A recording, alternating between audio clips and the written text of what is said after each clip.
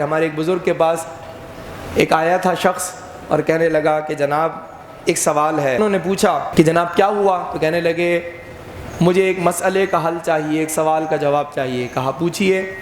کہا حضرت فاطمہ فضیلت والی ہیں یا حضرت عائشہ فضیلت والی ہیں؟ تو انہوں نے کہا اس سوال کا جواب میں آپ کو بعد میں دوں گا، پہلے آپ میرے ایک سوال کا جواب دے دیجئے.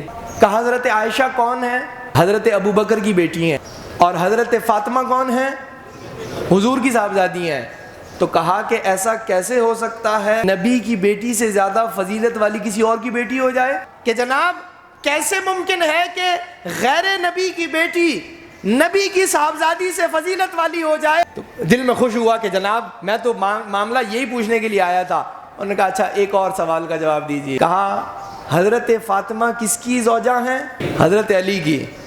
اور حضرت عائشہ کس کی زوجہ ہیں؟ حضور کی. فرمایا یہ کیسے ممکن ہے کہ کسی غیر نبی کی زوجہ نبی کی زوجہ سے فضیلت والی ہو جائے؟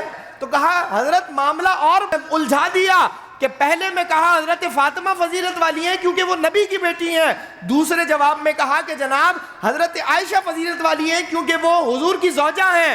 تو فرمایا یہ الجھاؤ سلجھاؤ والی بات نہیں ہے، یہاں ہم شانوں کو ناپا تولا نہیں کرتے، ہم تو بس مان لیتے ہیں جس کو حضور سے زیادہ نسبت ہو جائے ہم اسی کو فضیلت والا مان لیتے ہیں. تو حضرت عائشہ کو بھی حضور سے نسبت ہے، حضرت فاطمہ کو بھی حضور سے نسبت ہے، تو گویا تولا نہیں جاتا بس مان لیا جاتا ہے.